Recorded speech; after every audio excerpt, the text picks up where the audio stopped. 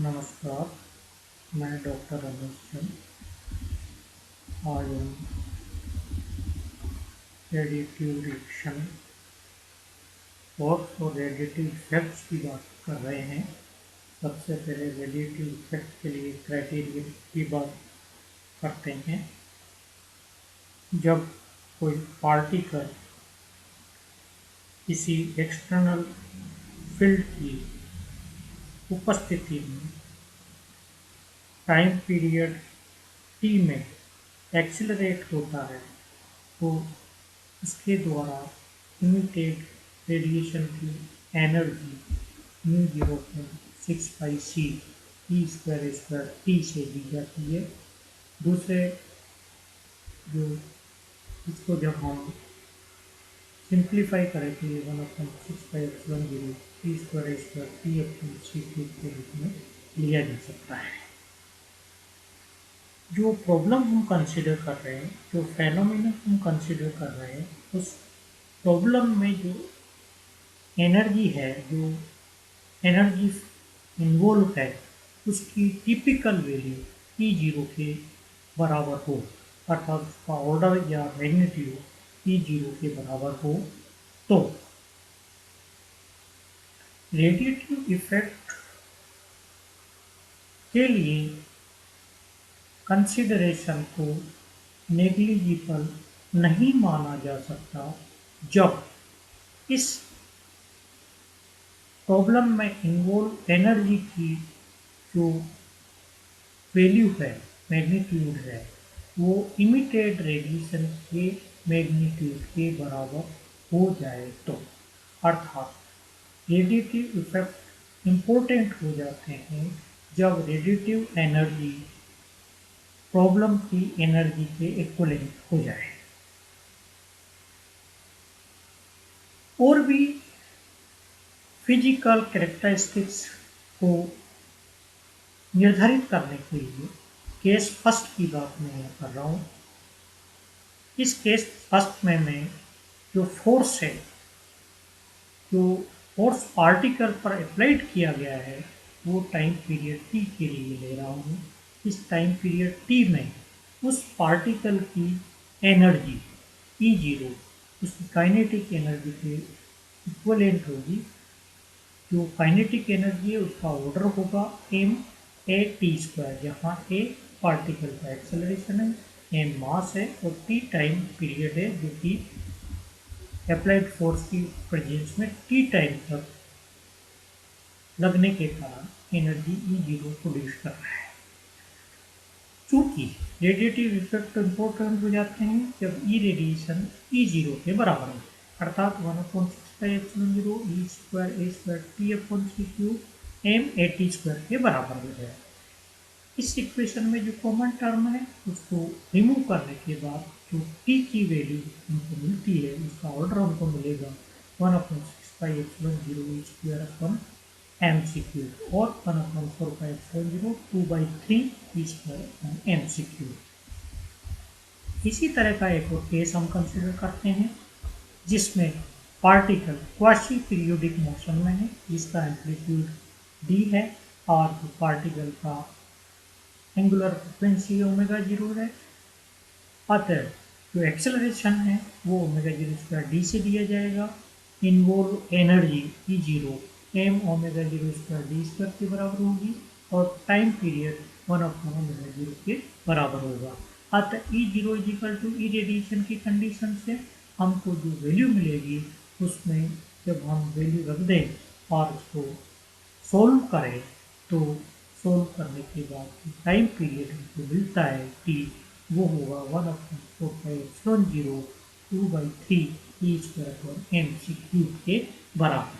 इस प्रकार देखते हैं कि रेडिएटिव इफेक्ट इम्पोर्टेंट हो जाते हैं जब प्रॉब्लम में involve time period radiative effect के कैरेक्टरिस्टिक्स टाइम जो कि τ = 1/4/0 2/3 E²/mc³ के ऑर्डर के बराबर हो जाता है, तब हम रेडिएटिव इफेक्ट को कंसिडर करेंगे और उसको नेग्लेक्ट नहीं मान सकते हैं। रेडिएटिव रिएक्शन फोर्स इन्वॉल्व हो जाने पर उसकी वैल्यू को इक्वेशन ऑफ मोशन में लेना आवश्यक हो जाता है। अतः रेडिएटिव रिएक्शन फोर्स का कंसिडरेशन हम कंजर्वेशन ऑफ एनर्जी का इस्तेमाल करके करना चाहते हैं। इसके लिए हमको मालूम है जो एक्सेलरेटेड पार्टिकल है उसके कारण जो इमिटेड पावर है वो 1/4πε0 2/3 e²c³ a² के बराबर होती है। जब प्रॉब्लम में रेडिएटिव रिएक्शन फोर्स इन्वॉल्व होता है तो पार्टिकल की इक्वेशन ऑफ मोशन मॉडिफाई होगी और मॉडिफाई न्यूटन की इक्वेशन ऑफ मोशन हमको मिलेगी ma F external plus F radiation के बराबर। चूंकि पार्टिकल रेडिएशन इमिट कर रहा है जिसके कारण रेडिएटिव रिएक्शन फोर्स उत्पन्न होता है, इस रेडिएटिव रिएक्शन फोर्स के कारण जो कार्य किया गया है उस कार्य और इमिटेड एनर्जी का जो डिक्रीज है उसके आधार पर एनर्जी कंजर्वेशन लॉ अगर अप्लाई करें टाइम पीरियड t1 से t2 के लिए तो एनर्जी कंजर्वेशन लॉ से हमको मिलता है integral t1 to t2 f radiation dot v dt equal to minus t1 t2 1/4πε0 2/3 e² a² dt के बराबर है। जो सेकंड जो राइट हैंड साइड है इक्वेशन की इसको हम इंटीग्रेशन बाई पार्ट से सोल्व करें तो हमको मिलेगा 1/-1/4πε0 2/3 e² v dot a t1 to t2 plus integral t1 to t2 v dot a dot dt के बराबर। पीरियोडिक मोशन में v डॉट ए 0 होता है तब ये टर्म नेग्लेक्ट हो जाएगी, फर्स्ट टर्म नेग्लेक्ट हो जाएगी। सेकंड टर्म को जब हम इधर लेकर के आते हैं तो ये माइनस 1/4πε0 2/3 e² a डॉट के बराबर प्राप्त होती है और जो कॉमन टर्म है उसको बाहर लेने के बाद जो शेष ब्रैकेट में टर्म बचती है वो होगी f radiation -1/4πε0 2/3 e²c³ a dot. चूँकि इंटीग्रल 0 है अतः ये 0 नहीं है, अतः ये जो ब्रैकेट वाली टर्म है वो 0 होनी चाहिए, अर्थात f radiation equal to 1/4πε0 2/3 e²c³ a dot के बराबर। क्योंकि कैरेक्टरिस्टिक्स टाइम टो की परिभाषा से हम जानते हैं कि 1/4πε0 2/3 e²c³ को टो के बराबर लिया जाता है, अतः टो की टर्म में ये इक्वेशन हमको प्राप्त होगी f radiation equal to m tau a dot के बराबर। स्पष्ट है कि जो रेडिएटिव रिएक्शन फोर्स है वो कैरेक्टरिस्टिक टाइम टो पर डिपेंड करता है, साथ ही पार्टिकल के एक्सीलरेशन पर भी डिपेंड करता है और क्योंकि टो में p² है तो डेफिनेटली चार्ज के साइन पर f रेडिएशन डिपेंड नहीं करेगा। ये कुछ प्रॉपर्टीज हैं इस रेडिएटिव रिएक्शन फोर्स की। इक्वेशन 8 हमको रेडिएटिव रिएक्शन फोर्स की वैल्यू देता है।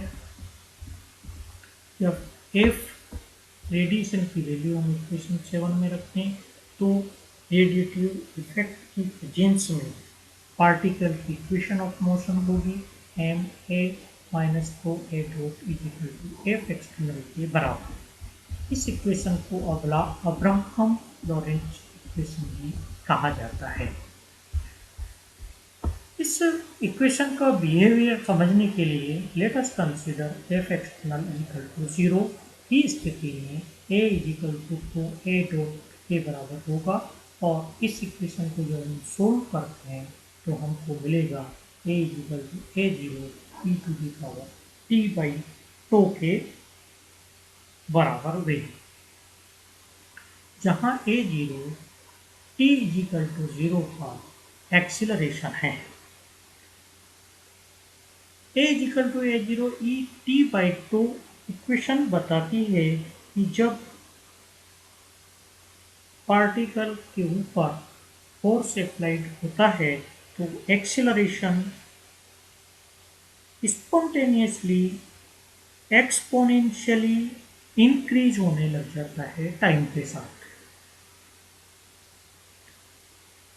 इस तरह का सॉल्यूशन रन अवे सॉल्यूशन कहलाता है, क्योंकि एक्सेलरेशन जो है वो टाइम के साथ एक्सपोनेंशियली सडन इंक्रीज हो रहा है। इस प्रकार हम देखते हैं कि इस इक्वेशन में एक अनफिजिकल बिहेवियर भी इंक्लूड है। अतः अब्राम लोरेंट इक्वेशन जो कि डिफरेंशियल फॉर्म है,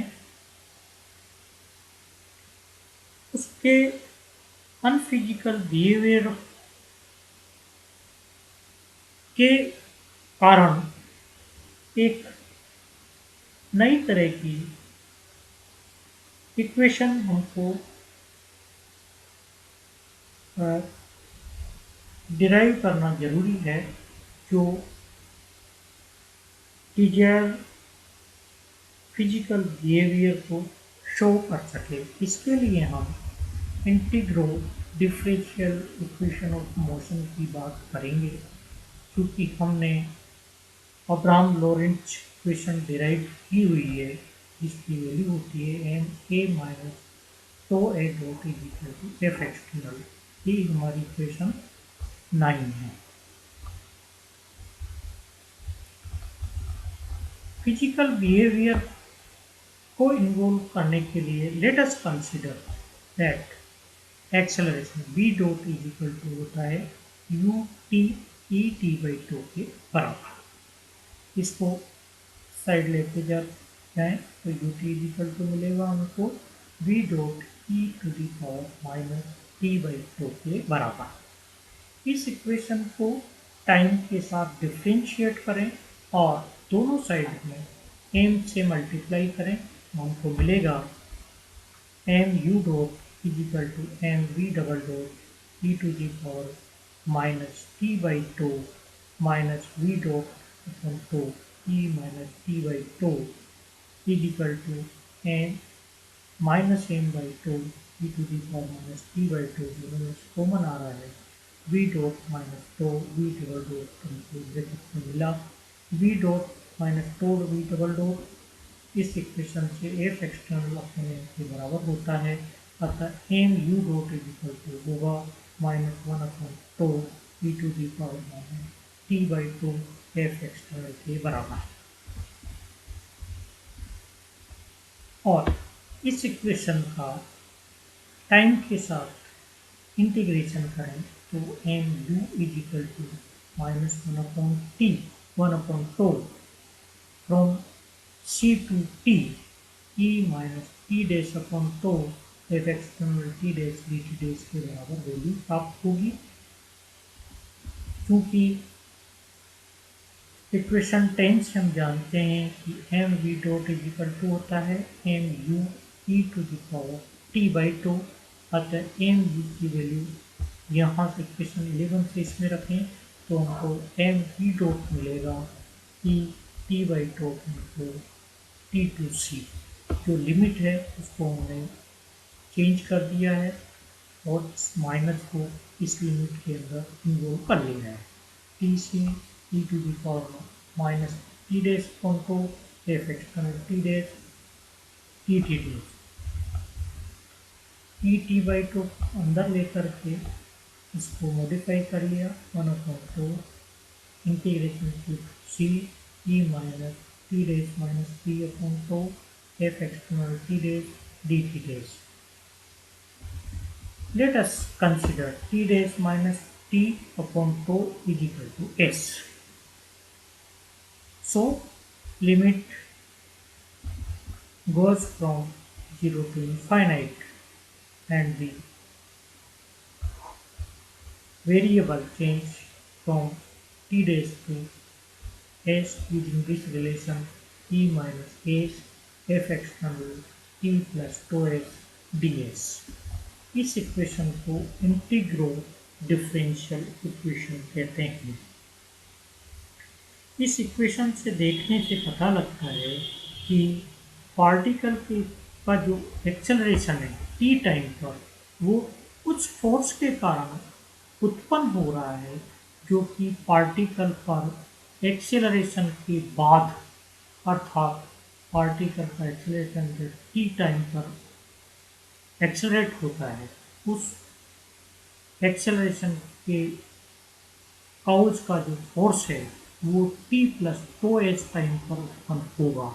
इस तरह का एक प्री एक्सेलरेशन बिहेवियर ये इक्वेशन शो करती है, परंतु उसको समझने के लिए हम जो स्केल है इस फेनोमेना की टाइम स्केल है उसको कंसीडर करें तो हमको मालूम है जो कैरेक्टरिस्टिक्स टाइम टो है या जो टो है उसका जो ऑर्डर है वो E square upon M C cube की ऑर्डर का होता है जो कि 10 to the power minus 24 second का होता है। एक ये जो टाइम है वो टिपिकली एलिमेंट्री पार्टिकल की डिस्टेंस के बराबर के ऑर्डर को जो ऑर्डर है वो है, और इस तरह का जो शॉर्ट टाइम पीरियड है उसके मैक्रोस्कोपिक रूप से उसको ऑब्जर्व करना लगभग इम्पॉसिबल है। अतः किसी तरह की लेख काजुअलिटी के बीच में जो लेख हमको यहाँ दिख रहा है वो एक्चुअली लैब में ऑब्जर्व नहीं हो सकता है। इस तरह से आज हमने इस वीडियो में इंटीग्रो डिफरेंशियल इक्वेशन और अब्राहम लॉरेंट इक्वेशन की बात की, साथ ही एडिटिव इफेक्ट के क्राइटेरिया को भी हमने डिसाइड किया है। आज का ये वीडियो मैं यही स्टॉप करता हूँ।